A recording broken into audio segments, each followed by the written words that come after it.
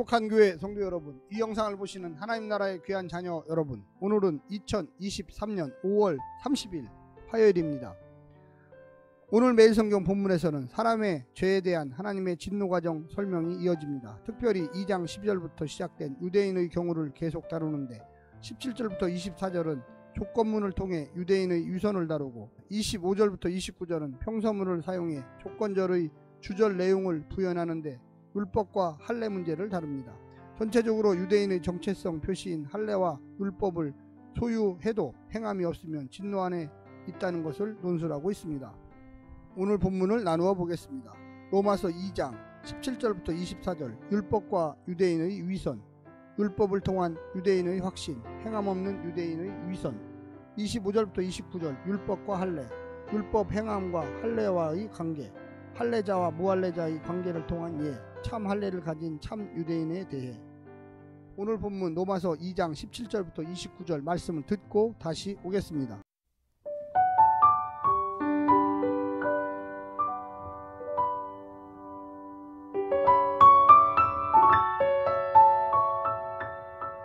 유대인이라 불리는 내가 율법을 의지하며 하나님을 자랑하며 율법의 교훈을 받아 하나님의 뜻을 알고 지극히 선한 것을 분간하며 맹인의 길을 인도하는 자요 어둠에 있는 자의 빛이요 율법에 있는 지식과 진리의 모본을 가진 자로서 어리석은 자의 교사요 어린아이의 선생이라고 스스로 믿으니 그러면 다른 사람을 가르치는 내가 내 자신은 가르치지 아니하느냐? 도둑질하지 말라 선포하는 내가 도둑질하느냐? 간음하지 말라 말하는 내가 간음하느냐? 우상을 가증히 여기는 내가 신전 물건을 도둑질하느냐? 율법을 자랑하는 내가 율법을 범함으로 하나님을 욕되게 하느냐? 기록된 바와 같이 하나님의 이름이 너희 때문에 이방인 중에서 모독을 받는도다. 내가 율법을 행하면 할례가 유익하나 만일 율법을 범하면 내 할례는 무할례가 되느니라. 그런즉 무할례자가 율법의 규례를 지키면 그 무할례를 할례와 같이 여길 것이 아니냐. 또한 본래 무할례자가 율법을 온전히 지키면 율법 조문과 할례를 가지고 율법을 범하는 너를 정죄하지 아니하겠느냐. 무릇 표면적 유대인이 유대인이 아니요 표면적 육신의 할례가 할례가 아니니라. 오직 이면적 유대인이 유대인이며 할례는 마음에 할지니 영에 있고 율법 조문에 있지 아니한 것이라. 그 칭찬이 사람에게서가 아니요 다만 하나님에게서니라.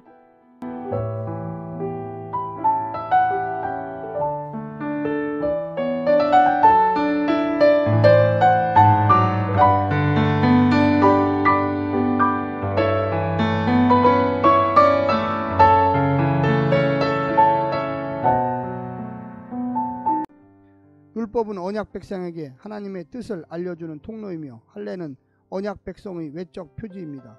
이 둘을 소유한 것은 하나님과 언약 관계를 맺고 있다는 증거이며 그렇지 못한 비유대인들과의 구분점입니다.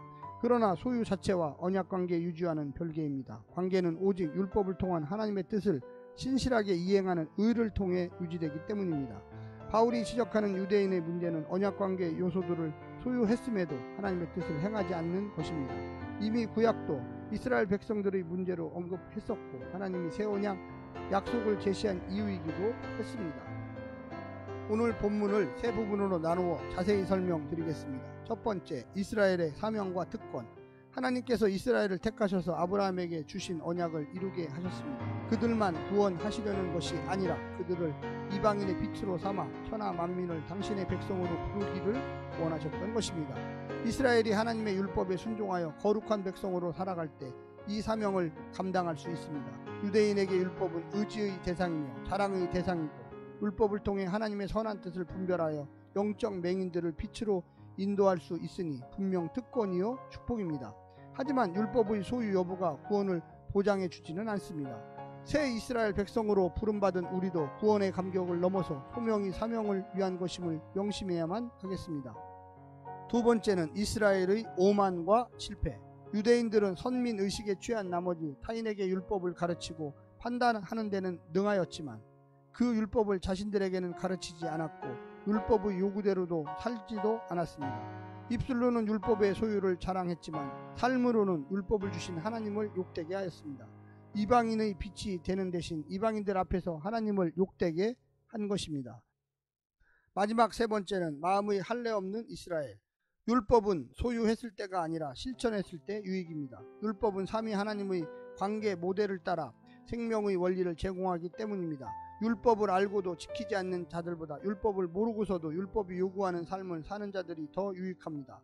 주님은 이방인과 유대인들을 차별하지 않듯이 할례자와 무할례자를 차별하지 않으십니다. 하나님께 중요한 것은 몸에 남은 할례의 은적이 아니라 마음에 행한 할례입니다. 할례의 참 정신을 따르는 자, 즉 마음의 할례를 행한 자를 칭찬하십니다. 사랑하는 성도 여러분, 우리가 하나님 앞에 은혜를 얻는 것은 우리가 율법의 요구를 이루신 예수님을 따라서 의롭게 사는 것입니다. 진리 안에서 사는 것입니다.